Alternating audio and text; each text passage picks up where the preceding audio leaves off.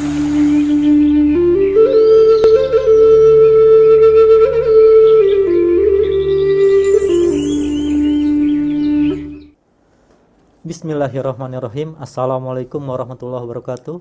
Innal hamdalillah nahmaduhu wa nasta'inuhu wa nastaghfiruh wa na'udzubillahi min syururi anfusina wa min sayyiati a'malina may yahdihillahu fala mudhillalah wa may yudhlilhu fala hadiyalah. Masyaallahu kan wa ma lam yasha' lam yakun la haula wala quwata illa billah. Masih dipancarkan dari Jalan Masjid Silaturahim nomor 36 Kalimanggis Cibubur Bekasi. Inilah Radio Silaturahim untuk Islam yang satu. Apa kabarnya Iwan Ahwat dimanapun Anda berada semuanya? Senang sekali pada kesempatan sore hari ini saya Fajar Hidayat ditemani Yusuf Sebangkit di meja operator dan juga ada Neza di balik meja switcher hasil TV. Bisa kembali menemani ruang dengar Iwan Ahwat semuanya dalam program acara Tausiah Sore, kajian syarah kitab Riyadhus Shalihin bersama Ustadz Ahmad Soleh. Dan alhamdulillah Iwan Ahwat, Ustadz Ahmad Soleh sudah berada di tengah-tengah kita semua. Mari kita sapa saja. Assalamualaikum warahmatullahi wabarakatuh Pak Ustaz. Waalaikumsalam warahmatullahi wabarakatuh. Kabar sehat Ustaz? Alhamdulillah, atas doa dari semuanya, dari ikhwan dan akhwat pendengar Radio Silaturahim. Saya dalam keadaan sihah wal afiyah. Perjalanan lancar Ustaz? Alhamdulillah, dimudahkan Allah lancar. Alhamdulillah. Ya Iwan Ahwat, pada kesempatan sore hari ini Ustaz Ahmad Soleh masih akan melanjutkan kajiannya, yaitu kajian syarah kitab Riyadhus Shalihin, dan pada sore hari ini mengambil tema beberapa masalah dalam puasa. Dan nanti Ustadz akan memaparkan sekitar 4 hadis tentang bab kita pada sore hari ini. Dan sebelum itu mari kita buka saja kajian sore hari ini dengan membaca doa thalabul ilmi. Bismillahirrahmanirrahim. Rabbi zidni ilman, Allahumma anfa'ni bima 'allamtani wa 'allimni ma yanfa'uni warzuqni ilman yanfa'uni. Amin. Bagi Iwan Ahwat yang memiliki pertanyaan seputar tema kita pada sore hari ini bisa dikirimkan melalui layanan WhatsApp Rasil di 08111 999 720 ataupun ingin berinteraktif langsung di 021 845 1512. Baik Pak Ustadz, kami persilakan untuk menyampaikan pemaparannya.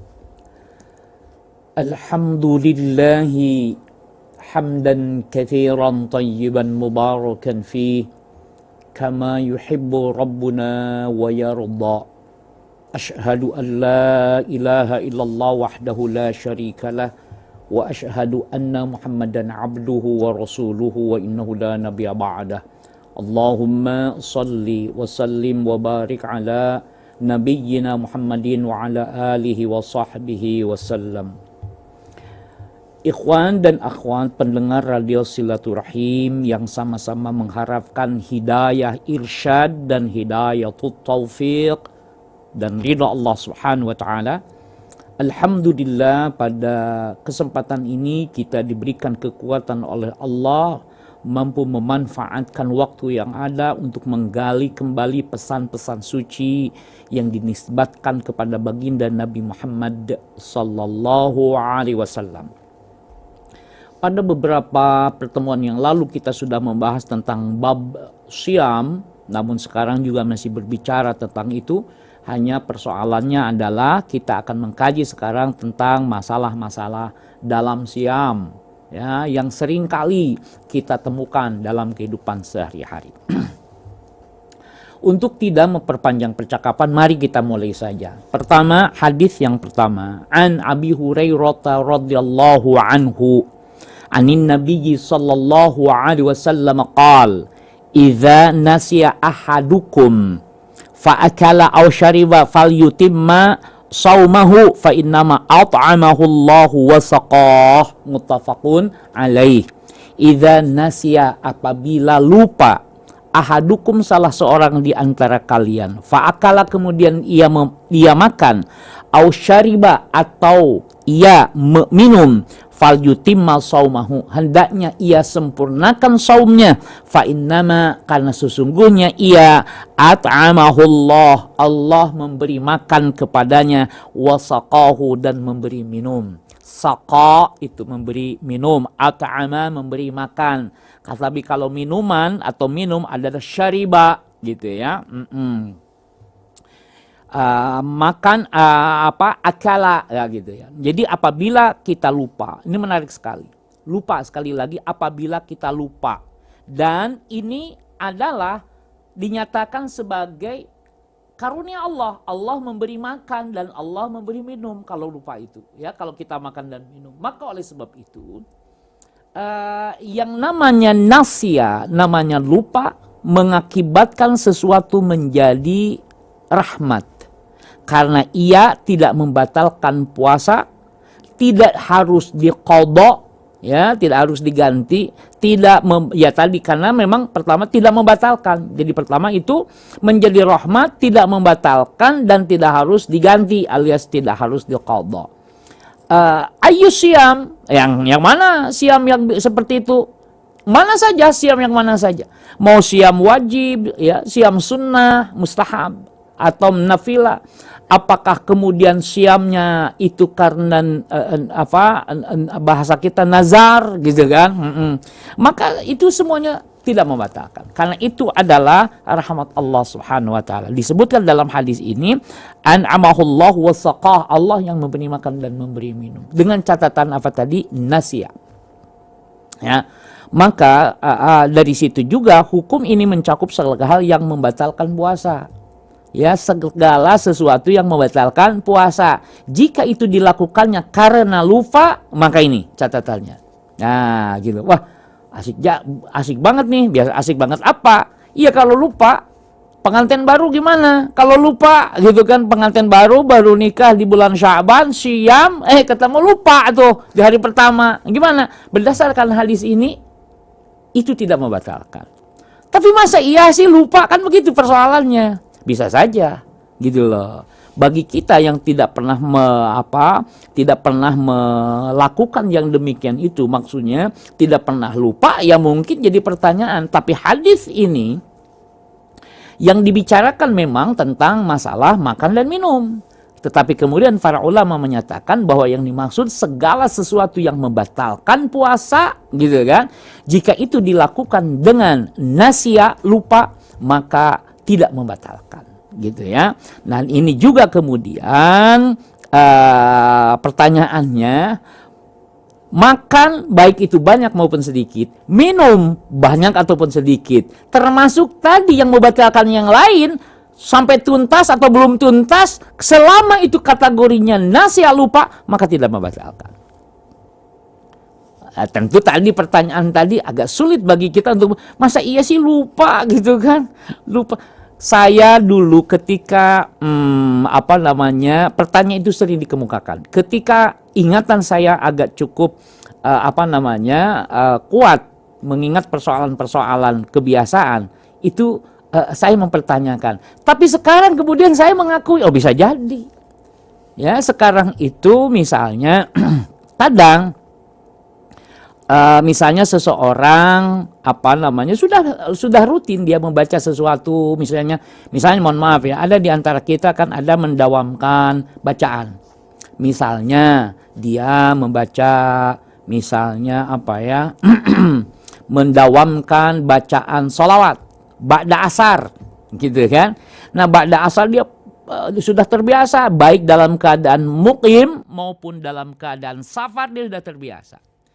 Tapi ternyata kadang saya sudah baca belum ya tadi ya ba'da asar itu, karena ba'da asar itu katakanlah kalau asar sekarang 15.30-an, sebenarnya kurang dari situ. Berarti habis sholat asar itu jam 4, dari jam 4 sampai ke maghrib itu ada waktu. Ya, ada waktu paling tidak 1,5 jam atau 2 jam.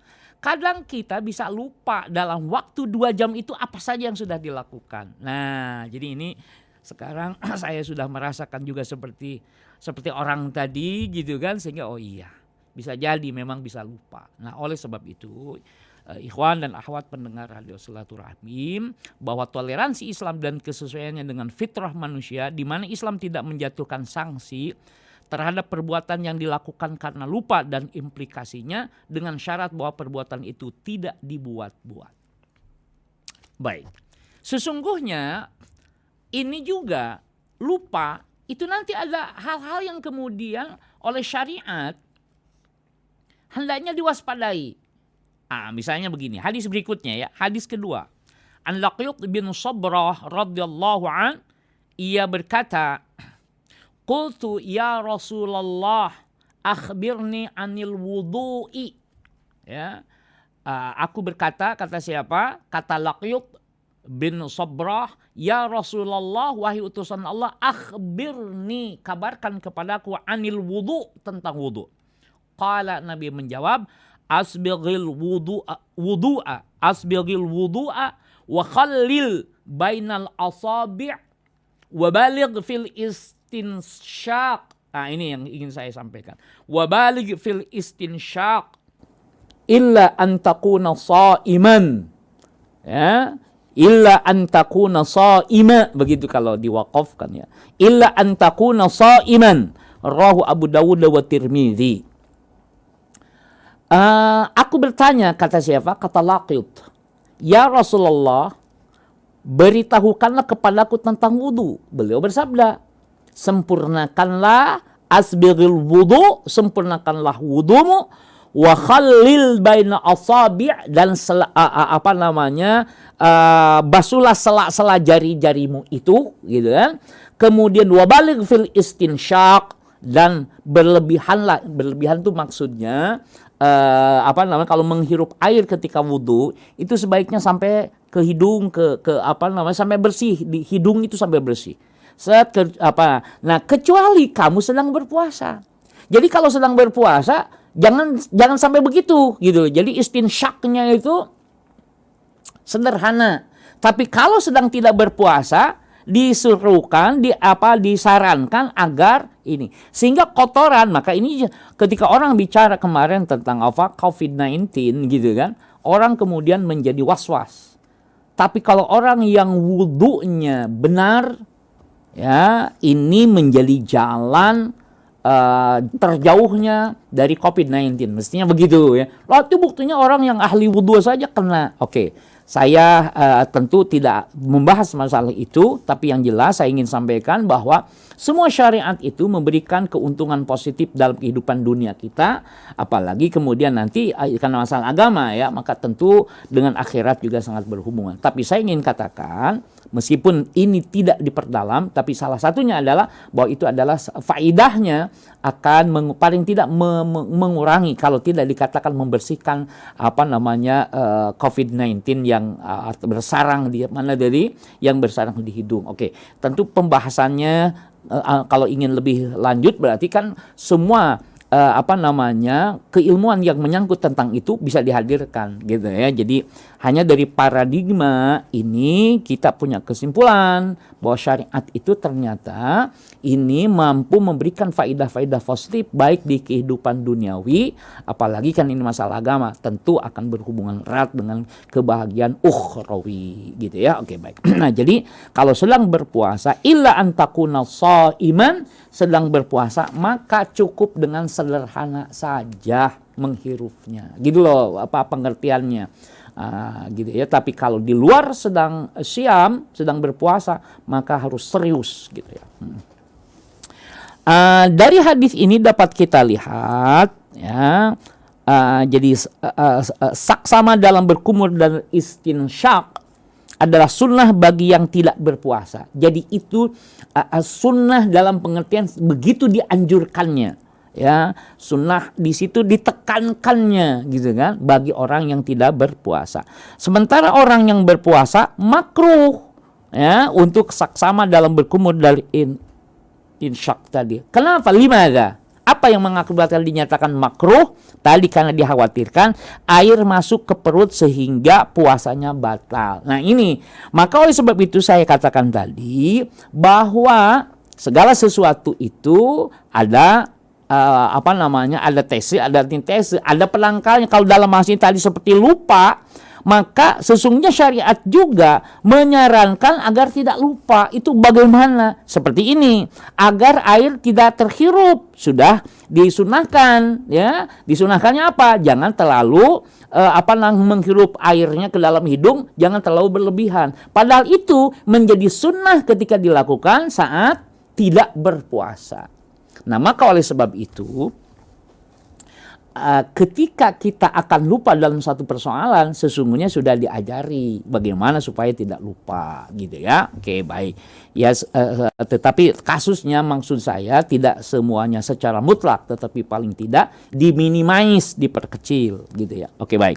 Kemudian hadis berikutnya, ikhwan dan akhwat sekalian, an Aisyah radhiyallahu anha qalat kana Rasulullah sallallahu alaihi wasallam yudrikuhul fajru wa huwa junubun min ahlihi thumma yagtasilu wa yasum, muttafaqun alaihi. Adalah Rasulullah sallallahu alaihi wasallam pernah masuk waktu fajar ya dalam keadaan masih junub karena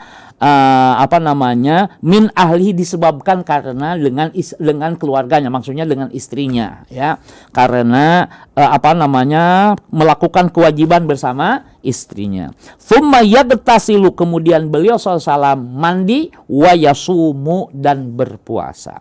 Dari sini dapat kita lihat ya, bahwa junub sampai waktu terbit fajar tidak membatalkan puasa. Ya, kalau Rasul kan junub bukan karena mimpi. Nah, nanti saya buktikan dengan hadis berikutnya insya Allah.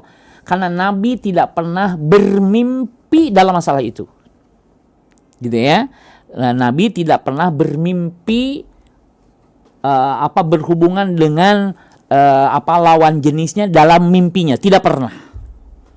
Jadi kalau kita yang pernah, itu menunjukkan bahwa kita masih bisa digoda oleh syaitan. Amma nabiyuna, adapun nabi kita tidak pernah. Jadi kalau junub berarti karena beliau berhubungan dengan istrinya, bukan karena mimpi. Nah, hadisnya ya, an Aisyah wa Ummu Salamah. Ya, an Aisyah wa Ummi Salamah radhiyallahu anhuma qalata kana Rasulullah sallallahu alaihi wasallam yusbihu junuban min ghairi hulmin thumma yasum, muttafaqun. Rasulullah SAW pernah masuk waktu subuh dalam keadaan masih junub yang bukan karena mimpi, kemudian beliau berpuasa. Jadi kalau kemudian ada riwayat mengatakan Nabi pernah karena hilm, ya, pernah junub karena hilm, mesti dikaji lebih jauh. Kenapa? Apa alasannya harus dikaji lebih jauh? Tapi kan bisa saja misalnya gitu kan. Enggak, karena Nabi tidak pernah dalam hal itu tidak pernah dipengaruhi dalam masalah itu, tidak pernah terpengaruh oleh syaitan. Kalau hakikatnya mimpi basah itu minas syaitan. Ya, jadi mohon maaf kalau mungkin saya tidak tahu persis, saya belum mewawancari, mungkin suatu saat saya ingin mewawancari itu anak-anak muda gimana.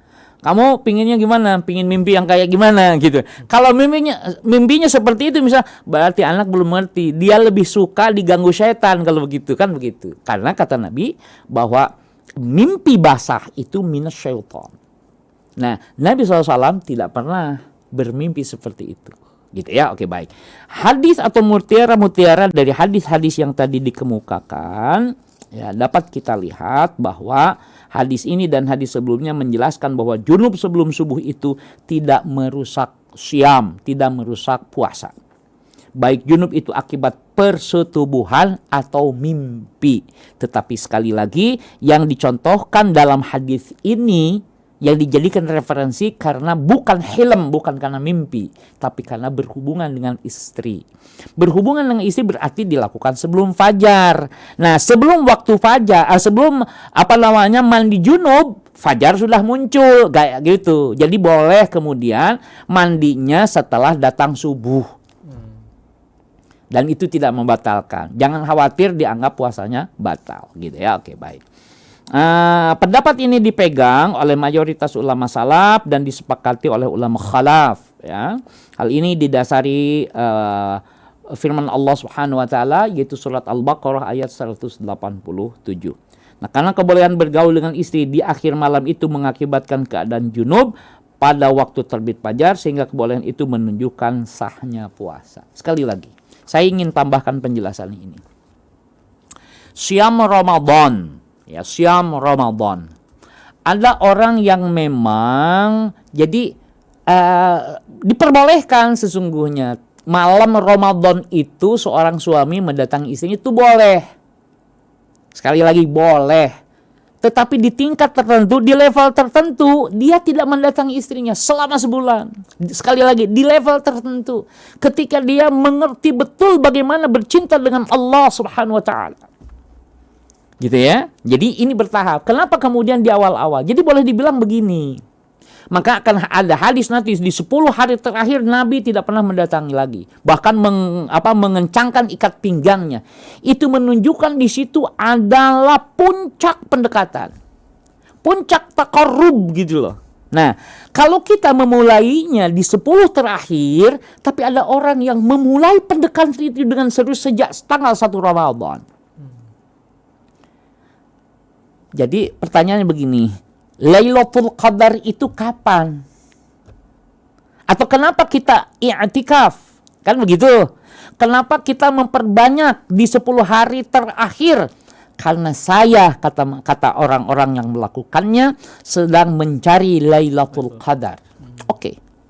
Dan saya juga tidak harus ribut dengan orang yang mengatakan, kalau begitu, mulailah cari sejak tanggal 1. Loh, memang Quran kapan turun? Ribut lagi. Oke. Sudah nggak usah ribut. Sekarang kamu memahaminya gimana tuh tentang Lailatul Qadar itu? Iya, kata para ulama kan tanggal 27. Tanggal ini cari kata Nabi di 10 hari terakhir. Oke. Itu betul, tidak salah. Di 10 hari terakhir kamu cari itu betul. Tapi jangan kamu salahkan. Ada orang yang mencarinya dengan penuh hati-hati sejak awal Ramadan. Bahkan saya katakan mereka mencari Lailatul Qadar sejak tanggal 1 Syawal. Loh, kok tanggal 1 Syawal? Berarti setahun yang lalu dia mencari. Naam. Jadi mereka mencarinya tiap malam. Bukan hanya bukan hanya di malam 10 hari di bulan Ramadan. Nah, ada orang yang mencarinya sejak Syawal. Apa maksudnya kalau begitu? Maksudnya ibadah 10 hari Ramadan dengan ibadah di tanggal 1 Syawal sampai berikutnya itu sama, gitu loh. Sama-sama dia malamnya dipenuhi dengan tadarus Al-Quran. Sama-sama malamnya dia dengan tangisan, dengan istighfar. Jadi dia karena dia tidak ingin rugi. Apa kemudian kita salahkan orang yang seperti itu? Salah itu, yang Lailatul Qadar ya 10 hari terakhir. Oke. Karena paradigma kita berbeda. Itu yang mengakibatkan perdebatan itu di situ persoalannya. Karena tidak mengerti persoalan, ribut. Padahal dua-duanya benar. Gitu loh. Tadi hadis yang mengatakan carilah misalnya 10 hari terakhir di bulan Ramadan. Ini saja sebenarnya kalau mau dipersoalkan itu sudah mendapatkan persoalan. 10 hari terakhir itu tanggal berapa? Tanggal 21. 10 hari terakhir itu. Mulainya tanggal 21. Enggak, tanggal 20 ribut. Padahal dua-duanya benar. 20 itu 10 hari terakhir. Kalau 29 Ramadannya sampai 29. Tapi kalau sampai 30 berarti 21. Kan persoalan itu kan. Nah, ini tidak harus ribut kan. Persoalannya bukan meributkan tanggalnya. Persoalannya adalah seriusnya kita bermunajat dan bercinta dengan Allah Subhanahu wa Ta'ala. Maka karena ia tidak ingin cintanya dengan Allah terputuskan, maka dia tinggalkan istrinya. Dari sini kita akan tahu bagaimana kemudian orang ada orang bercinta tiap malam dengan Allah Subhanahu wa Ta'ala. Sehingga cinta-cinta yang lain tidak ia berikan karena semuanya sudah habis, cintanya ia berikan kepada Allah Subhanahu wa Ta'ala. Tentu kalimat ini sekali lagi ya, kalimat ini kan sering kita dengar sehingga saya merasa mencukupkan, tidak harus menjelaskan kembali tentang makna mahabbah dalam masalah ini. Tapi paling tidak bahwa maksudnya dia menghabiskan ibadah kepada Allah itu di tiap waktu, bukan hanya di 10 hari di bulan Ramadan, gitu ya. Nah, ini saya kira ikhwan dan akhwat pendengar radio Silaturahim, bab ke-224 tentang masalah-masalah masalah-masalah puasa ya. Tapi intinya tadi ya, sudahlah kita fokusnya pada ibadah, pikirkan diri kita aja dulu ya. Kalau memang mau ini dengan orang lain ya berarti harus memahami dari berbagai persoalan ya. Harus interdisipliner gitu kan. Jadi semuanya harus digunakan.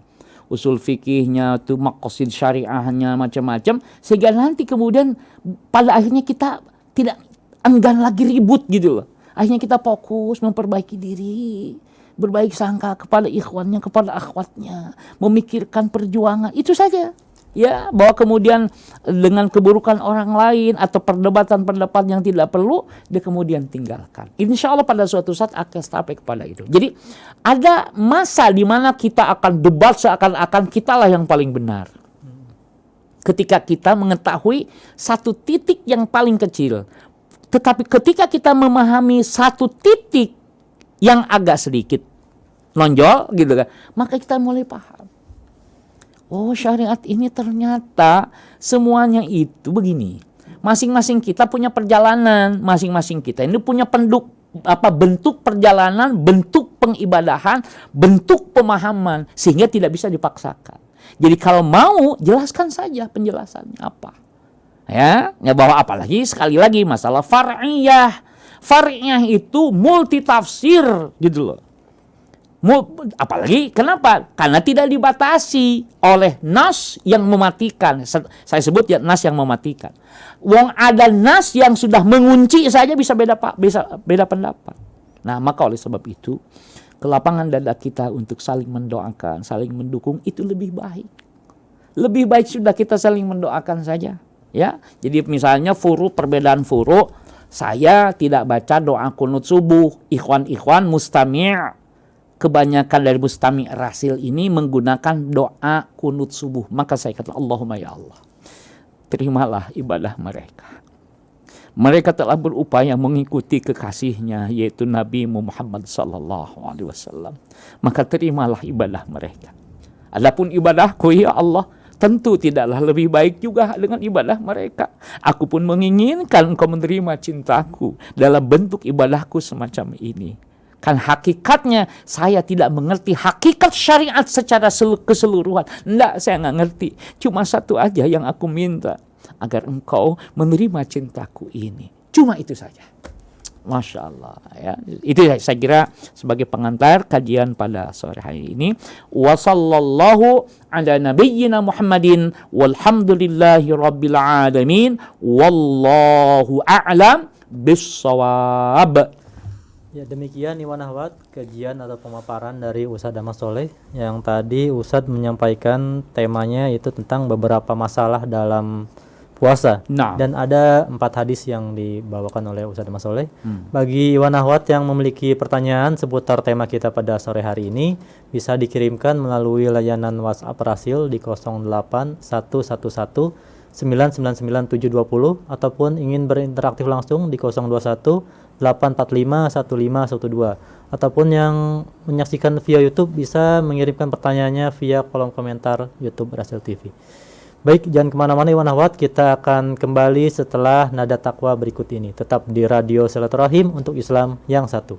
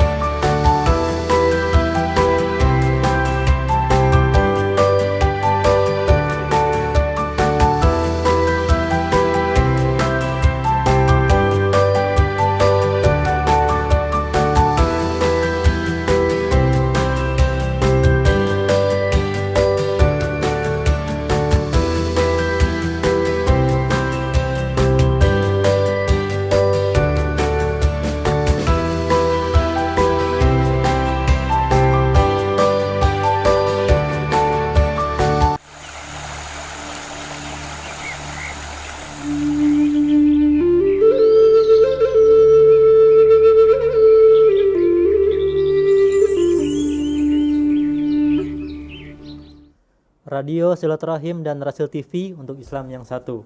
Kami menyapa para pendengar kami yang ada di Batam, Sukabumi, Semarang, Bondowoso, Pontianak, dan juga Yogyakarta, dan juga di beberapa daerah lainnya.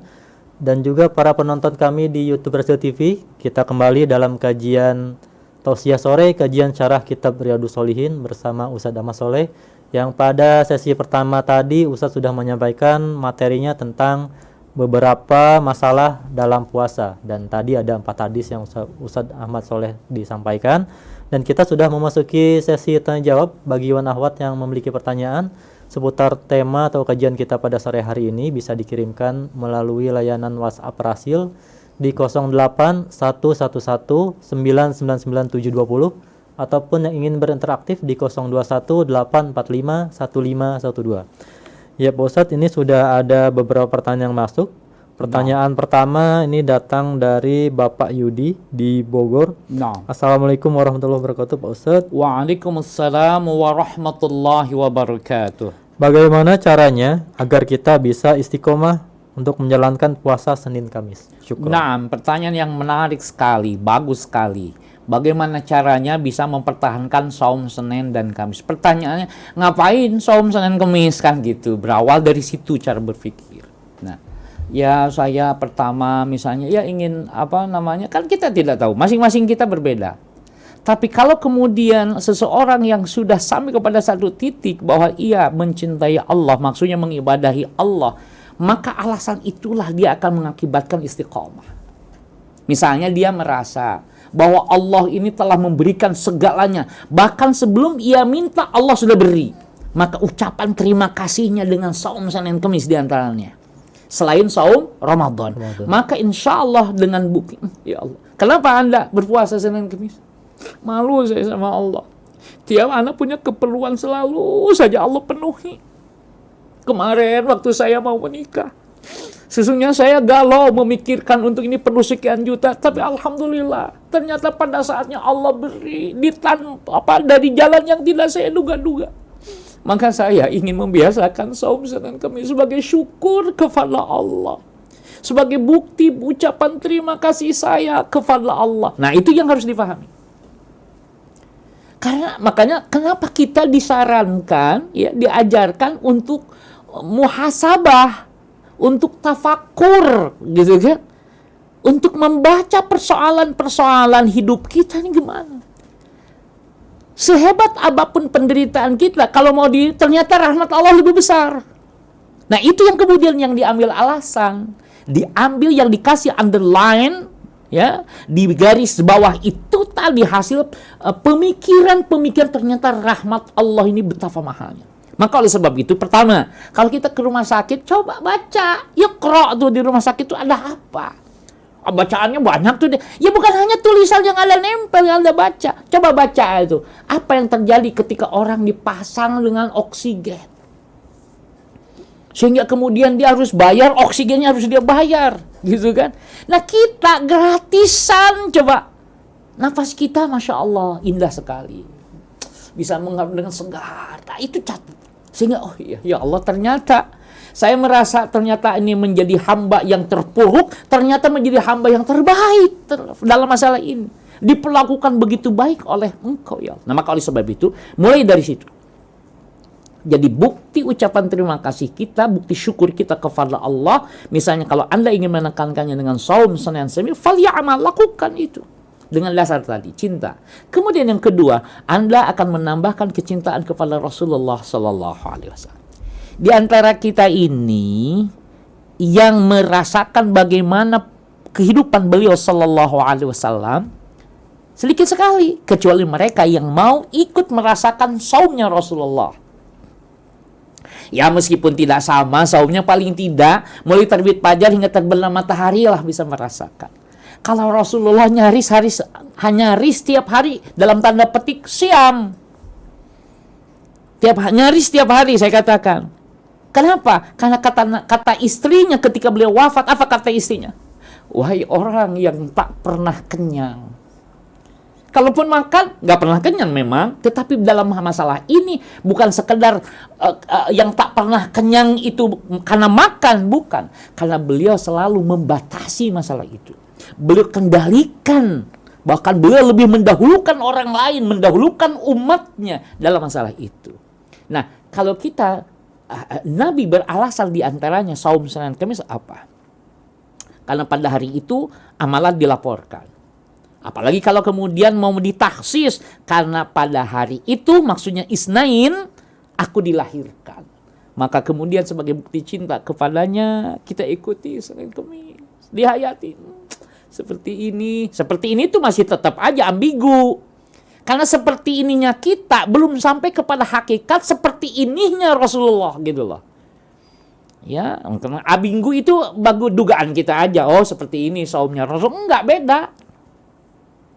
beda gitu kan, bahwa kemudian kita mengatakan seperti ini karena kita dari seperti ini yang jauh seperti saum Rasul aja kita merasakan sesuatu, ada kenikmatan. Nah, maka oleh sebab itu agar bisa istiqomah salah satunya begitu ya. Ini tentu di tahap yang di tingkat-tingkat yang yang sudah sampai kepada pemahaman itu gitu ya. Nanti juga kita juga kemudian dengan penjelasan saya tadi, tidak boleh kemudian kita katakan begini, kamu ini nggak berterima kasih kepada Allah, jarang kamu saum Senin Kamis, kan jadi masalah tuh. Kalau dibalik penjelasannya itu kemudian dibalik kan jadi masalah. Nah, maka oleh sebab itu saya mengambil dari sisi agar kita bisa istiqomah, bukan kemudian menjustifikasi orang lain yang tidak saum Senin Kamis. Kemudian kita beri label menjadi orang yang tidak bersyukur kepada Allah, tidak cinta kepada Rasulullah. Enggak, bukan dari sisi itu kalau untuk orang lain. Tapi ini untuk diri kita. Ya, yang ketiga berikutnya, Senin Kemis tadi karena amalan sehingga Nabi sendiri mengatakan, dan aku ingin ketika amalku ini dilaporkan aku dalam keadaan syam, dalam keadaan menahan berbagai persoalan-persoalan yang melalaikan. Nah, maka saum juga itu maksudnya, sehingga merasa nanti ketika dilaporkan si fulan sedang apa, kan begitu, dan Allah Maha tahu, begitu ke dalam hadis-hadis itu ya, dan Allah Maha tahu, oh sedang berpuasa ya. Jadi ini yang harus kemudian dipahami ya. Jadi kepada penanya Akhil Habib, jadi niatkanlah itu semua, paling tidak 3 alasan tadi yang bisa mendorong supaya kita bisa istiqomah. Demikian, wallahu a'lam bissawab. Ya, baik Ustadz, pertanyaan selanjutnya ini datang dari Ibu Siti di luar tema. Assalamualaikum warahmatullahi wabarakatuh, Pak Ustadz Ahmad Soleh. Waalaikumsalam warahmatullahi wabarakatuh. Semoga Ustadz selalu diberikan kesehatan. Amin. Amin Allahumma. Bagaimana ciri-ciri bahwa kita sudah memaafkan orang lain? Apa cukup hanya dengan di lisan saja, Pak Ustadz? Syukron. Iya, dalam kajian memaafkan itu ada tingkatannya. Ya, makanya ada ya, bahasa kita ada memaafkan. Ada kemudian ada yang memaafkan lisan, itu lebih bagus. Masih bagus, dia sudah memaafkan. Tetapi di hatinya masih ada sesuatu, katakanlah dendam, macam-macam. Tapi dia kendalikan, gitu kan? Makanya kan ciri-ciri orang yang puasanya yang siamnya benar atau berhasil, ciri orang bertakwa itu salah satunya tadi dia bisa mengendalikan emosi. Tidak dia ucapkan, padahal dia juga dendam, tapi dia tidak buktikan dalam ucapan. Dia tahan. Tapi yang kedua, tingkat kedua sudah berani mengatakan, "Sudah saya maafkan." Meskipun di hati ya masih ada bekas-bekasnya. Nah, tetapi permaafan yang dikehendaki sampai tingkat tertinggi adalah permaafan yang tidak meninggalkan bekas. Artinya bahwa seakan-akan dia belum pernah melakukan apa-apa. Ini halaman baru namanya ya.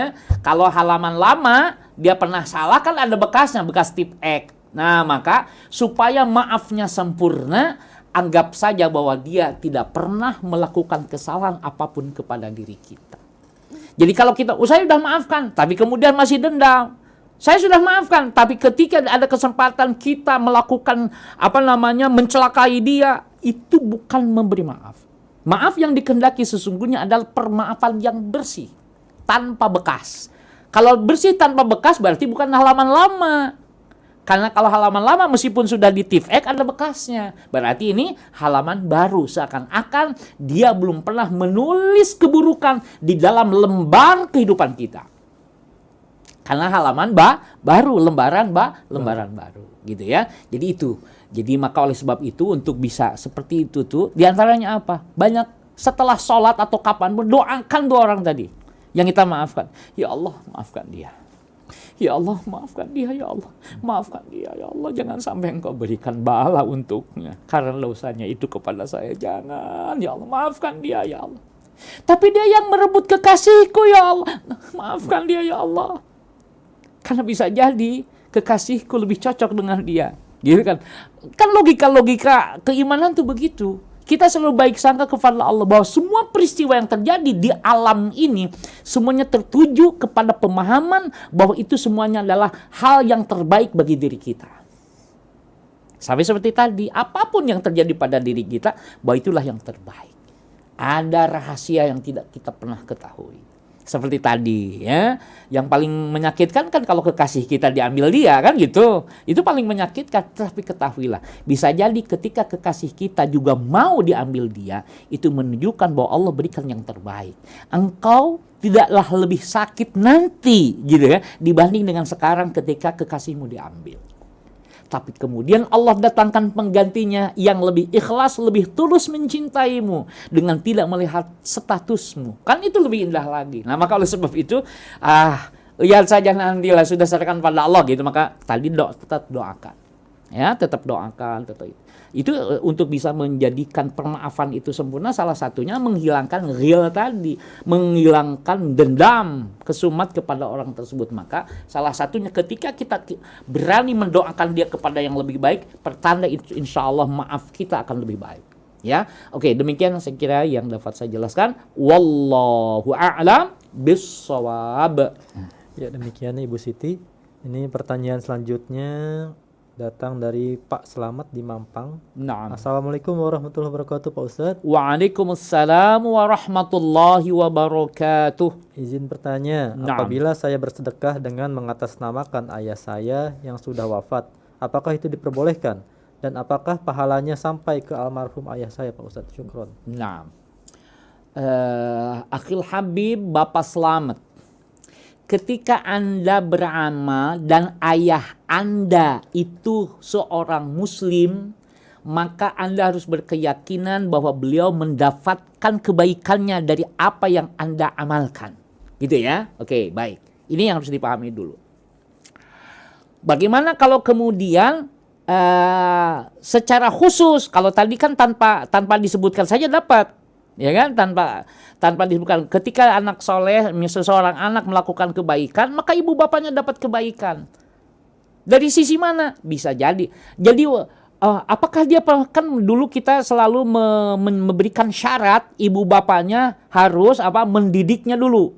Jadi kalau kebaikannya nanti dia dapat kebaikan. Akhil Habib, jika sebuah tim kebaikan itu semuanya dapat, ya, misalnya ada sebuah kebaikan tapi dilakukan oleh tim, maka semuanya sama. Ada orang soleh berbuat baik, dia tidak akan menjadi orang soleh ketika tidak melalui ibu bapaknya. Berarti ibu bapaknya juga mendapat apa? Mendapat kebaikan karena dia menjadi tim lahirnya dia. Maka itulah kelebihan. Kelebihan orang yang memiliki anak soleh, dia ya dikategorikannya sebagai tim. Gitu. Kecuali dia tidak beriman, itu lain lagi. Ketika dia tidak beriman, ketika ia kafir, maka itu beda, transfernya susah gitu loh. Tapi kalau sesama ketika ia beriman kepada Allah Subhanahu wa taala, baik dia sebutkan untuk ayahnya maupun tidak, insya Allah dalam masalah ini bapaknya mendapatkan kebaikan. Ya, jadi para ikhwan sekalian, jangan khawatir ya bahwa kemudian tadi karena begini, misalnya yang biasa apa? Yang diatasnamakan, apa tadi yang ditanyakan, apa yang diatasnamakan ayahnya? Pokoknya misalnya berkurban atau apa gitu kan. Semuanya kalau saya coba lihat, itu insya Allah sampai. Ya, misalnya haji, tuh, dalam masalah haji sudah ada. Terus kemudian bayar hutang. kita bayar hutang, tapi yang berhutang bapak kita, sampai nggak kira-kira? Kan gitu. Misalnya begini, bapak saya waktu hidupnya hutang sama si A 50 juta. Saya oleh Allah diberikan kelebihan sehingga 50 juta bisa saya bayarkan. Padahal ayah saya sudah meninggal dunia. Itu yang gampang dipahami. Maka ketika saya membayarnya 50 juta tanpa harus kemudian ditaksis gitu kan. Yang jelas bahwa ini, sampaikan saja, ini saya bayar hutang. Ayah saya dulu hutang ya. Gitu ya. Maka hutang itu dianggap selesai. Nah, maka oleh sebab itu ikhwan, sekali lagi serahkan kepada Allah Azza wa Jalla. Ya, bahwa kemudian bahwa ini saya berharap dengan ini, nah itu bisa jadi wasilah. Bisa dari sisi wasilah bisa digunakan juga, kan begitu. Kita beramal kemudian dengan wasilah, ya Allah dengan wasilah ini maka berikanlah kebaikan kepada bapak saya. Nah itu nanti bab wasilah kan ada tuh. Dari sisi bab wasilah bisa dipahami, bisa diterima, kan begitu. Dari bab-bab yang lain, maka oleh sebab itu kalau kita melihatnya satu mungkin kita akan menolaknya. Tapi kalau dari bab-bab yang lain maka kita akan membenarkan, oh insya Allah sampai. Gitu ya. Tadi diantaranya apa? Bab wasilah. Dengan wasilah saya berbuat baik ini, saya memohon kepada engkau ya, belilah pahala yang setimpal kepada bapakku, kan begitu. Ya, kan wasilah begitu ya. Nah, nanti kalau bab wasilah amal dengan yang ahli amal, itu mana yang lebih utama? Nah, ini nanti begitu. Mau tidak mau, ini saya tambahkan. Ya begini misalnya. Saya kan yang kita sepakat bahwa dibenarkan itu wasilah itu dilakukan dengan amal soleh gitu ya. Nah oke. Kalau memang seperti itu tidak masalah. Pertanyaannya mana yang lebih hebat wasilahnya, dengan amal soleh atau dengan orang pelaku amal solehnya, gitu ya. Saya berwasilah dengan risalah Nabi Muhammad. Maksudnya dengan amalan-amalan Nabi Muhammad. Tetapi kemudian saya berwasilah dengan Nabi Muhammad itu sendiri. Mana yang lebih baik? Nah, seperti itu saya kira ya. Karena bab kita bukan bab itu, tetapi paling tidak ini ada hubungannya sehingga kita bisa paham. Gitu ya. Jadi wasilah yang kita pahami dalam kitab Riyadhus Shalihin itu hanya sebatas amal. Tapi nanti ternyata, oh Masya Allah. Ya, maka dengan wasilah ya Rasulullah SAW kada. Maka dengan wasilah kada itu bisa dijadikan cantolan ya, sebagai cantolan. Maka oleh sebab itu saya kira kita semua akan terus mengkaji ya, terus mengkaji. Tapi yang jelas bahwa kalau kemudian masing-masing kita akan mendapatkan pahala dari amal yang kita lakukan, itu dasarnya itu. Namun kemudian faktanya nanti, karena dasar dalil juga isyarat memberitahukan. Bisa jadi amalan seseorang akan berpengaruh kepada orang lain. Padahal dasarnya tadi, ya. Kalau kemudian apa? Sesama muslim. Kemudian hubungan anak, sesama muslim hubungan anak dan orang tua. Kayak begitu. Ya. Maka kemudian ini yang perlu kita kaji lebih jauh untuk bisa lebih memahami lebih dalam lagi. Tapi kesimpulannya adalah insya Allah itu sampai. Ya, demikian yang bisa saya jelaskan. Wallahu a'lam bissawab. Baik para pendengar Ikhwan Akhwat dan juga para pemirsa YouTube Rasio TV, kita masih akan kembali untuk membacakan pertanyaan-pertanyaan dari Ikhwan Akhwat semua, namun setelah nada takwa berikut ini. Tetap di Radio Silatul Rahim dan Rasio TV untuk Islam yang satu.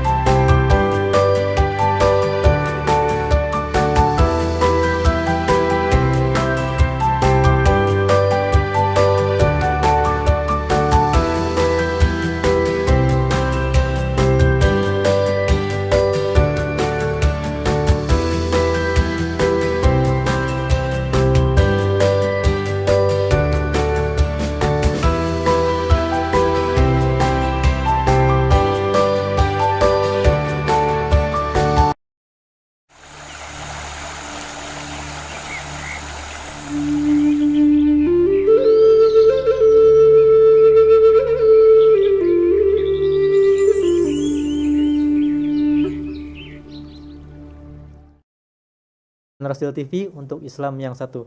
Kita kembali dalam kajian Tausiah sore, kajian syarah kitab Riyadhus Shalihin bersama Ustadz Ahmad Soleh. Yang tadi pada sesi pertama Ustadz menyampaikan temanya tentang beberapa masalah dalam puasa, dan di sesi kedua sudah ada beberapa pertanyaan yang dijawab oleh Ustadz, dan kita akan kembali melanjutkan membacakan pertanyaan dan juga komentar dari Ikhwan Akhwat semua. Ini ada satu komentar Pak Ustadz dari Bapak Joko Mursito. Assalamualaikum warahmatullahi wabarakatuh. Waalaikumsalam warahmatullahi wabarakatuh. Mohon izin Pak Ustadz, Nah. ada suatu penelitian dari Profesor Dr. Hiroshi Ito Iya. meneliti tentang autophagy, yakni bahwa badan kita perlu dilaparkan 12 sampai 16 jam agar badan senantiasa sehat. Juga sebagai detox dan bisa membuat awet muda. Hasil penelitian ini mendapatkan hadiah Nobel. Jadi sangat nyata bahwa apa yang dicontohkan Nabi dan Allah itu semua adalah pelajaran hidup sehat bagi umatnya. Wassalamualaikum. Waalaikumsalam. Ini tentang puasa Senin Kamis. Nah, jazakumullah khair. Iya. Ditanggapi Ustaz? Iya, baik. Saya ingin sampaikan ya. Syariat itu kan kita ketika itu sudah jadi syariat, maka tidak ada pilihan lain bagi kita yang beriman itu sami'na wa ata'na. Nah, ya, kita mendengar sami'na wa ata'na dan kita mengikutinya, mentaatinya. Adapun nanti orang mencari rahasia itu boleh saja, salah satu itu tadi penelitian. Oh, ternyata seperti ini. Itu maka kebanyakan kemudian orang mendapatkan hidayah Islam itu dari penelitian-penelitian semacam itu. Dan kita orang beriman ya mendukung juga bahwa itu penelitian-penelitian semacam itu tidak kita halang-halangi, silakan aja. Tapi yang jelas kami sebelum penelitian juga itu terbukti, kami tetap iman karena ini diperintahkan oleh Allah dan Rasulnya. Begitu ya. Jadi tadi penelitian Jepang, orang Jepang kalau tidak salah, itu ya kita respon positif gitu ya. Karena kita tetap berbaik sangka, bahkan berkeyakinan gitu ya. Setiap syariat yang Allah syariatkan mesti ada rahasia-rahasia yang belum kita temukan. Baru kemudian dengan riset-riset ditemukan, oh itu pun baru satu rahasia, belum rahasia yang lain gitu ya. Jadi demikian saya kira respon positif terhadap sebuah penelitian tadi ya. Oke, demikian. Ya, terima kasih ya Bapak Joko atas komentarnya. Dan ini ada satu pertanyaan lagi Pak Ustadz di luar tema. Assalamualaikum warahmatullahi wabarakatuh. Waalaikumsalam warahmatullahi wabarakatuh. Pak Ustadz, bagaimana jika seorang menantu perempuan memotong uang yang diberikan oleh suaminya untuk ibunya atau untuk orang tuanya? Maksudnya pencerahannya Pak Ustadz. untuk berarti untuk mertuanya untuk kalau mertuanya, ya. Oke, iya. baik. Tentu ini tidak bisa secara mutlak menjawabnya. Begini, saya katakan tidak boleh, alias ya tidak boleh, mamnu'un. Kenapa tidak boleh? Jika si suami memenuhi segala kebutuhan rumah tangganya. Si suaminya misalnya untuk dapurnya, untuk listriknya, untuk macam-macamnya, nah sudah dipenuhi oleh suaminya, maka dia tidak boleh lagi motong itu untuk ibu mertuanya, gitu ya, oke. Tetapi kalau kemudian kewajiban suaminya tidak ditunaikan, maka dia boleh mengambil seperlunya, memotong seperlunya, ya, tidak berlebihan. Loh, tapi kan itu untuk ibunya. Kalau bisa komunikasikan. Mas, uang untuk ibumu aku potong sekian kemarin karena ini saya tidak bisa masak karena gas sudah habis, anak-anak ini kada. Nah, itu kan tetap tanggung jawab suaminya masalahnya, gitu kan? Nah, maka saya katakan bahwa itu tidak boleh ketika si istri tadi telah dipenuhi kewajibannya oleh siapa? Oleh suaminya. Tapi jika tidak, maka dia boleh dengan lebih baik dengan mengkomunikasikannya. Kala itu tetap akan menjadi beban suaminya. Dipotong atau tidak, sekarang tidak dipotong, dikasihkan ke ibunya. Rumah tangganya bisa berantakan. Karena tidak terpenuhnya tadi. Ya, berantakan yang saya maksudkan tentu ada proses, ada tahapan. Misalnya, ketika tidak dipotong, dia kemudian mau ngutang lagi, malu. Karena hutangnya sudah numpuk tuh di tetangga. gitu kan? Apalagi sampai kemudian memberikan warning itu tetangganya, pokoknya kamu nggak boleh ngutang lagi. Ini sudah sekian juta, nih kapan bayarnya? Lagi pula kalau benar kasihan juga tetangga kita, dia cuma modalnya segitu dihutangin sama kita, nggak bisa belanja akhirnya. Akhirnya nanti menjadi apa? Sistemik, istilah sistemik. Dari hutang kita berpengaruh kepada belanjanya si tukang warung, akibatnya si dia kemudian tiap hari jualannya semakin merosot, akibatnya subhanallah. Tapi kan kita belum pernah gitu kan berhutang kepada toko-toko milik orang besar, gitu kan? Pernah nggak kita ngutang ke toko A gitu, toko A yang ada di mana-mana gitu? Pernah nggak ngutang? Ngutang dulu ya, saya nggak pernah. Tapi sama tetangga kita yang sudah modalnya sedikit, tidak punya jaringan macam-macam, itu harus jadi catatan. Kembali berawal dari tadi, bisa dipahami ya. Jadi saya tidak menyatakan secara mutlak boleh dipotong, enggak. Boleh dipotong jika kondisi semacam tadi. Sebagaimana juga tidak boleh dengan catatan tadi ketika ia menjadi kewajiban suaminya itu dipenuhi semuanya. Ya, jadi demikian yang bisa saya jelaskan. Kalau begitu nanti jika itu pertanyaan misalnya pengalaman pribadi atau kasus pribadi, ditanya itu suaminya. Nih, duit ibu dipotong sekian sama istrimu misalnya gitu. Kamu telah memenuhi nggak kewajiban kamu sama istrimu tuh untuk kebutuhan keluarga, untuk kebutuhan rumah tanggamu? Iya bu, aku belum. Iya, kalau gitu kamu yang salah, bukan istrimu, kan bisa begitu, gitu ya. Maka oleh sebab itu komunikasi perlu dibangun. Demikian saja yang bisa saya jawab. Wallahu a'lam bissawab. Yang penting menjaga komunikasi. Ya, Naam, komunikasi. Pertanyaan selanjutnya ini datang dari seorang ibu. Assalamualaikum warahmatullahi wabarakatuh, Pak Ustadz. Waalaikumsalam warahmatullahi wabarakatuh. Doa apa yang harus saya panjatkan ketika anak yang saya banggakan, anak yang menjadi harapan saya di dunia dan akhirat, yang tadinya sangat hormat dan penurut kepada orang tuanya, tapi sekarang sedang jauh dan sangat berubah karena ada kesalahpahaman sebelumnya. Masya Allah. Mohon pencerahannya Pak Ustadz, apa doanya harus saya panjatkan? Nah, ya boleh dipilih doa apa saja gitu kan. Oke, saya tawarkan misalnya Rabbana hablana min azwajina wa dzurriyyatina qurrata a'yunin waj'alna lil muttaqina imama. Boleh itu diperpanjang, diperbanyak. Atau doa sholawat. Ya, saya kalau tidak salah hampir sama tuh perlahan saya udah sholawat. Allahumma sholli ala sayyidina Muhammadin wa ala alihi wa sahbihi wasallam. Ya, itu alihi itu nanti akan dikembali. Jadi doa salawat kita disampaikan kepada Rasul. Rasul sudah meninggal nih, disampaikan kepada Rasul. Nah, oleh Rasul itu salawat itu dikembalikan sesuai dengan salawat kita. Kalau itu ditujukan kepada Nabi berarti dikembalikan kepada kita. Kalau ditujukan kepada Nabi dan keluarganya berarti kepada kita dan keluarga kita. Kalau ditujukan kepada Nabi, kepada keluarganya, kepada sahabatnya yang Nabi ridhoi, maka akan kemudian juga dikembalikan seperti itu. Gitu ya. Jadi nanti itu banyak. Jadi para nabi itu jasanya tidak dimakan bumi. Gitu kan. Nah, jadi ketika kita salawat kepada Nabi, maka oleh sebab itu, jadi salawat itu jadi Masya Allah, kemana-mana kebaikannya. Ya, Masya Allah. Nah ini, maka oleh sebab itu, saya kira tadi selain doa tadi, kemudian Anda apa tadi? Baca salawat, ya salawatnya, ya tadi boleh dipilih salawat apa saja, banyak. Loh, kalau salawat apa saja?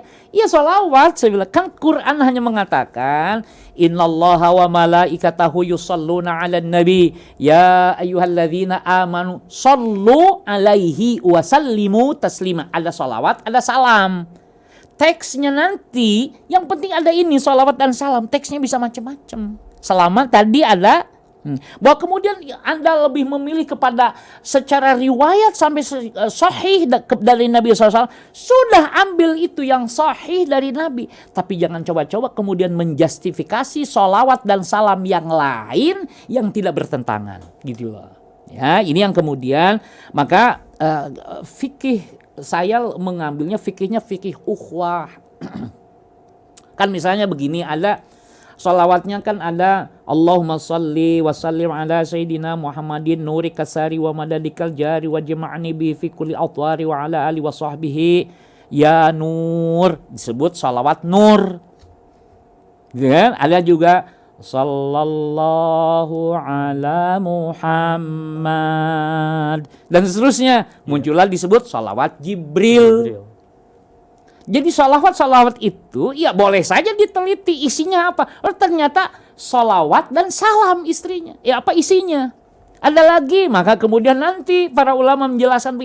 Jadi mereka juga riset, penelitian para ulama, nggak gegabah, gitu kan? Bahwa loh, nah risetnya apa? Oh tadi induknya itu ya ayyuhalladzina amanu shallu alaihi wasallimu taslima, itu induknya. Nah maka kembali nanti hadis menjelaskan ya, kalau kita bersolawat kepada Nabi nanti dikembalikan oleh Nabi salawat itu. Ya gitu ya, jadi diterima oleh Nabi, dari Nabi kemudian salawat itu dikembalikan kepada kita. Jadi itu menjadi kebaikan bagi si ahlus salawat. Dari sinilah saya kira semua kita akan merasakan, oh kalau begitu kenapa kita harus benci kepada umat Muhammad yang beda dengan kita? Wong dia juga mendoakan kita kok. Benar gak kira-kira? Oh, katakanlah kita ini beda pendapat dengan umat Nabi Muhammad yang lain. Betul nggak? Bahkan kita benci amat, dia sih kenapa sih sama saya kok begitu amat? Padahal dia juga berdoa, atau dalam salatnya apa? Assalamu alaina assalamu dan seterusnya itu. Di dalam salat kan mendoakan umat Nabi Muhammad itu hamba-hamba yang soleh, dan kita juga ingin menjadi hamba yang soleh, didoakan tuh sama umatnya. Sementara kita membencinya, mendoakan kita, masa iya? Nah maka oleh sebab itu ingatlah bahwa kita tuh sering mendoakan orang-orang umat Nabi Muhammad itu yang menurut kita beda pemahamannya, tapi faktanya kita mendoakan mereka kok. Kalau faktanya iya, maka sebaliknya juga mereka mendoakan kita juga. Maka sebaiknya sudahlah, umat Nabi Muhammad itu Masya Allah, kita cintai karena Allah. Sebagaimana juga kita ingin dicintai oleh mereka, ingin dicintai oleh Rasul. Maka ada doa apa?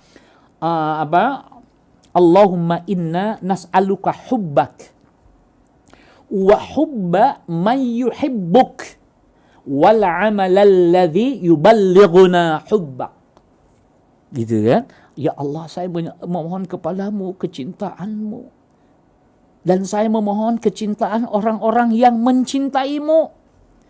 Oke lah, kita beda pendapat, tapi dia mencintai Allah.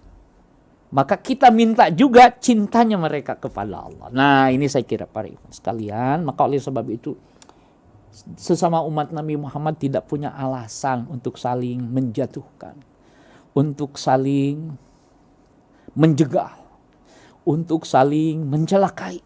Yang ada yang diperintahkan untuk saling menghormati, saling bekerja sama, saling mendoakan, bersatu padu dalam berbagai perbedaan. Sekali lagi, bersatu padu dalam berbagai perbedaan.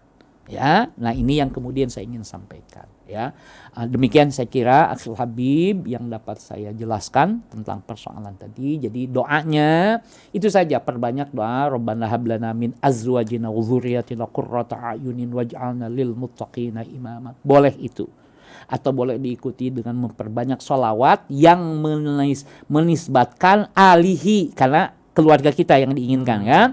Sehingga Allahumma sholli wasallim wa barik ala nabiyyina Muhammadin. Allahumma shalli wa sallim wa barik ala sayyidina Muhammadin wa ala ali Muhammad. Nah, tapi kalau kemudian nanti mau ada tambahan, boleh. Tidak ada masalah. Tidak harus kemudian, oh itu mah salawatnya firqah A, oh ini mah salawat. Enggak. Meskipun itu ada perbedaan, tetap Masya Allah. Mohon maaf ya. Ada salawat hanya disebutkan Nabi Muhammad dan keluarganya, sehingga kemudian dituduhlah bahwa itu salawatnya kelompok A. Kemudian ada yang membacanya pakai yang lain. Kemudian lagi-lagi dia mengatakan itu adalah salawatnya kelompok B. Padahal sama-sama salawat. Kenapa mesti jadi permasalahan? Karena tidak mengerti tentang efek dari salawat tadi. Kalau mengerti, maka bisa ditambahin lagi sesungguhnya. Dan itu sudah kita buktikan sesungguhnya, meskipun kalimat bisa ditambahkan menjadi permasalahan kalau tidak ngerti. Loh ini Ustadz ini kok ngajak untuk nambah-nambah sholawat nih. Kan bisa begitu kalau tidak mengerti. Padahal maksudnya adalah tadi ya, pada akhirnya kemudian toh juga di sisi lain, kita tidak hanya bicara tentang Nabi Muhammad, tidak hanya bicara tentang keluarganya, tidak hanya bicara tentang para sahabatnya, bahkan kita di dalam versi yang berbeda, kita juga mengucapkan selamat, memohonkan ampunan, memohonkan keselamatan bagi seluruh umat Nabi Muhammad sallallahu alaihi wasallam secara umum, khususnya yang telah menjadi umat Nabi Muhammad, umat umat ijabah. Nah, umat yang ini saja, umat dakwah, ya, artinya yang belum memeluk Islam, tetap didoakan oleh kita. Ya, kecuali yang sudah meninggal dunia sementara dia mengkufuri risalah Nabi Muhammad. Itu bukan daerah kita. Ya, kalaupun mau yang mengkufuri saja, apalagi makanya nanti ada pembanding gitu. Bagaimana sih cintanya para nabi kepada umatnya? Itu harus cari pembandingnya. Supaya kita melihat umat Nabi Muhammad, dia saudaraku. Dia membenci aku, ya Allah. Dia membenci aku karena dia belum tahu aku ini siapa. Dalam pengertian aku ini siapa itu bukan menunjukkan kelebihan dia, enggak. Karena dia belum tahu kalau aku ini juga adalah darah dagingnya dalam akidah.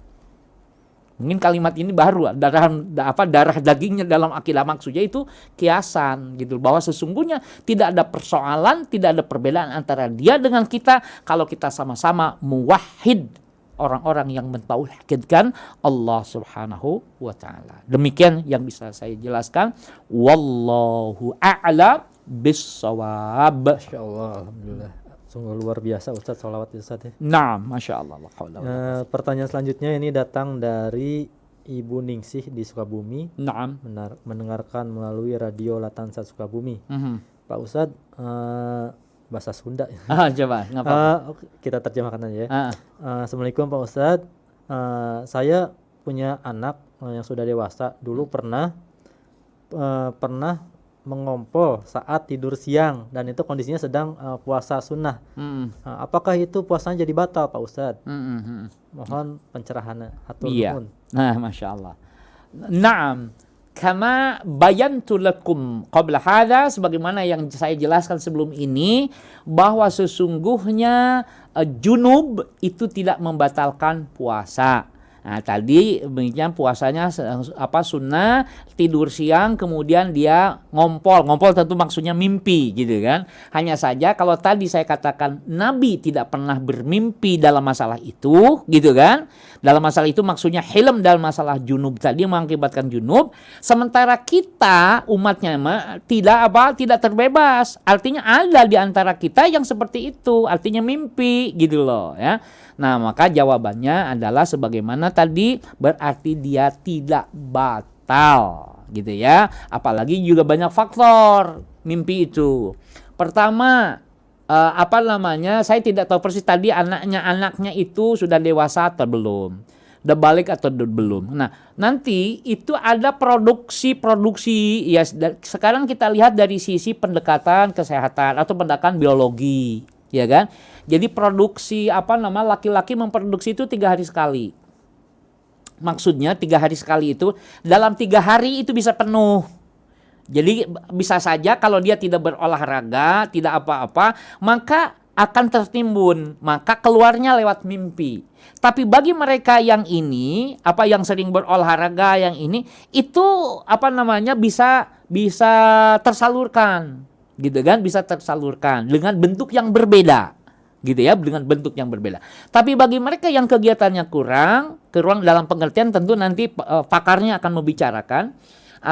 Tentu yang dimaksud ketika itu penuh tentu akan keluar. Nah, lewat apa? Lewat mimpi. Jadi mimpi dalam hal ini, dalam pendekatan biologi tadi bisa dipengaruhi oleh kondisi. Itu yang pertama. Yang kedua, mimpi juga karena diangan-angan. Sebelum tidur menghayal dia. Menghayal itu mimpi tadi memikirkan sesuatu. Si etanya kakuring teh. Gitu si eta kakuring. Dia masih ingat sama, kemudian ingatlah masa lalu dia dengan masa lalunya dengan dia. Nah, seringkali itu terbawa kepada mimpi. Maka mimpi itu ada yang dari Allah, ya, yang dari Allah itu adalah yang mengarahkan kepada kesalehan. Dan ini nilainya 1/46 kenabian. Ya, jadi mimpi yang salih, ru'yatus salih itu senilai dengan 1/46 kenabian. Begitu di dalam satu hadis dikatakan. Yang kedua, minasyaiton. Minasyaiton tadi contohnya, ya, seorang pemuda atau orang yang sudah bersuami, yang sudah beristri mimpi seperti itu. Oke. Yang ketiga adalah mimpi yang diangan-angan, ya. Nah, jadi saya kira jawabannya adalah tidak membatalkan, gitu ya, tidak membatalkan siamnya, namun kemudian dia harus segera mandi, gitu loh, ya. Jadi gitu ibunya nu tiasa dijelaskan ku pribados pangapunten. Mohon maaf, jadi itu yang bisa saya jelaskan. Demikian, wallahu a'lam bissawab. Baik Ustadz, ini ada satu pertanyaan terakhir. Kita dibatasi oleh waktu. Assalamualaikum warahmatullahi wabarakatuh, Pak Ustadz. Waalaikumsalam warahmatullahi wabarakatuh. Masih di luar tema. Di kampung saya ada kegiatan namanya perelek. Hasilnya tiap 2 bulan dibuka. Uangnya dipinjamkan ke warga. Hasil kesepakatan pinjaman itu dikenakan biaya lebih. Misal dari 100.000 menjadi 110.000 per 2 bulan. Bagaimana itu ya Pak Ustadz? Apakah termasuk riba? Mohon pencerahannya. Nah, jadi begini. Pertama, saya menggunakan dulu. Jelas kalau itu riba ada tambahan. Tapi apakah riba yang diharamkan atau tidak? Ada pandangan-pandangan. Riba itu kan tambahan, ya. Jadi dari 100 jadi 110. Jika itu misalnya duit sumbernya dari perorangan, ya kan? Dari perorangan sekali lagi dipinjamkan kepada perorangan juga, dikembalikan harus lebih, maka itu kategorinya riba yang diharamkan. Oke, sepakat ya. Oke. Nah, saya ingin melihat dari tinjauan yang berbeda orang lain. Nah, sekali lagi ini fakta-fakta di lapangan, ya, fakta. Tadi masyarakat ingin membangun dirinya, bukan pribadi nih, membangun masyarakat juga. Oke? Maka ada perelek. Perelek itu diambil dari masyarakat, dikumpulkan. Sehingga ini menjadi bahan, menjadi menjadi modal. Jika ingin hati-hati, maka bahkan lebih baik diberikan. Itu yang lebih baik. Oh, ini ada tetangga kita perlu, udah kasih dia bantuan. Toh juga masyarakat sama, siapa yang memerlukan itu yang dapat hak, gitu kan, itu satu. Tapi kemudian sudah kasih pinjam. Itu juga sudah pertolongan. Kalau tadi diberi, kalau sekarang dihutangkan. Dihutangkannya, gitu kan, pinjam 100.000, kembali 100.000. Oke. Tapi kemudian ada kalanya di antara kita pelitnya minta ampun.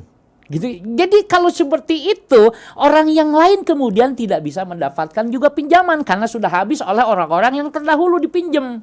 Nah, maka kemudian untuk mendorong di antara mereka tadi buat aturan bersama. Ya, itu kan aturan bersama. Iya. Pinjam 100.000 dikembalikannya 110. Itu pun sesungguhnya harus kasih catatan bagi yang mampu. Jadi sesungguhnya memerangi apanya? Memerangi kebakhilannya. Adapun yang tidak mampu sudah kita ketahui, nah, ada dibuat panitia. Ini kategorinya mampu bayar lebih apa juga harus dibebaskan, bahkan dibebaskan hutangnya maksudnya. Iya. Nah, maka sekali lagi karena ini sudah persoalan apa tadi, tapi sekali lagi kalau ingin bersih kayak tadi. Kalau ingin bersih sudah kasih aja ini dia, kasih bantu. Ingin bersih lagi, kasih aja pinjam 100, kembali 100. Itu bersih sampai di situ selesai. Iya. Gitu kan? Tapi ini ada fakta di lapangan seperti itu. Maka sekali lagi saya katakan, kan saya harus katakan begini jadinya. Sudah nggak boleh itu, ya. Sudah tetap aja ini itu 100 ya kembalikan 100. Nah, nanti kemudian akan berbeda. Orang yang dermawan dengan orang yang bakhil, biarin aja yang bakhil tetap aja. Kalau misalnya bakhil bayarnya 100, pinjam 100 ya kembali 100. Ya sudah kalau gitu itu urusannya begitu. Nah, maka masyarakat itu yang lebih tahu sesungguhnya.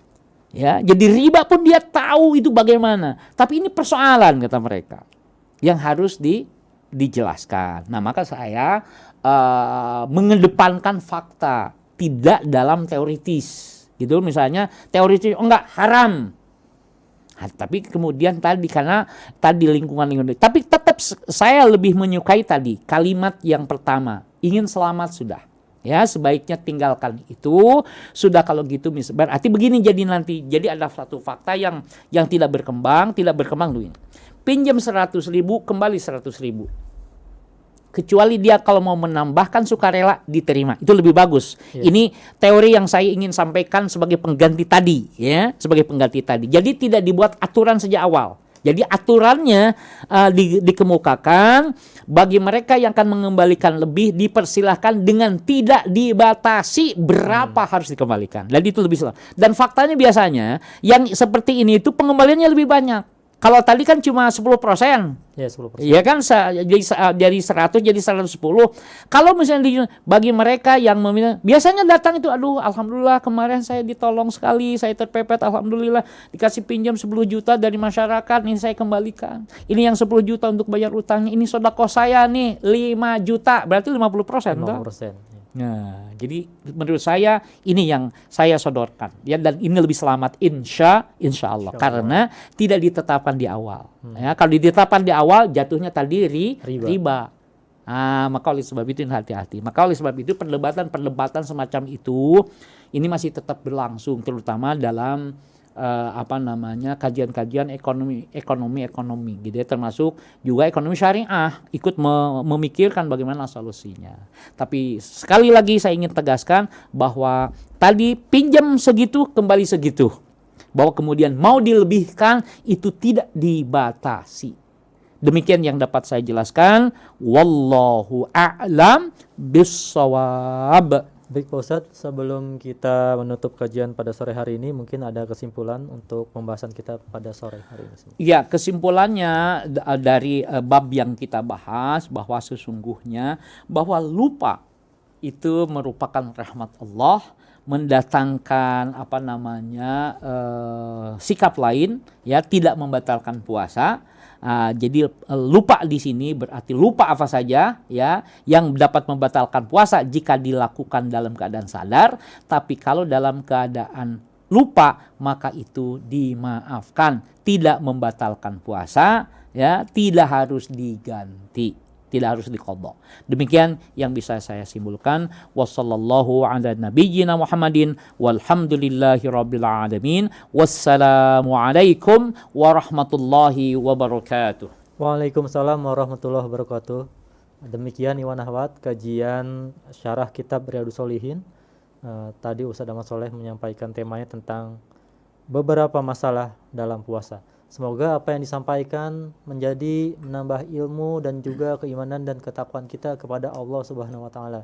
Dan kita selalu doakan Ustaz Ahmad Soleh agar selalu diberikan kesehatan, agar bisa terus memberikan ilmunya bagi kita semua. Amin Allahumma amin. Kami juga mengucapkan terima kasih kepada Iwan Ahwat semua yang sudah menyampaikan pertanyaannya dan juga atensi-atensinya.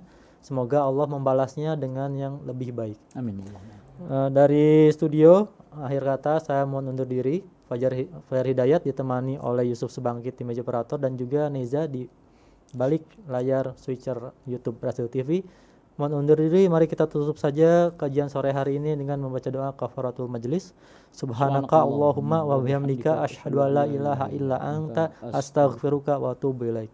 Billahi taufiq wal hidayah. Wassalamualaikum warahmatullahi wabarakatuh. Waalaikumsalam.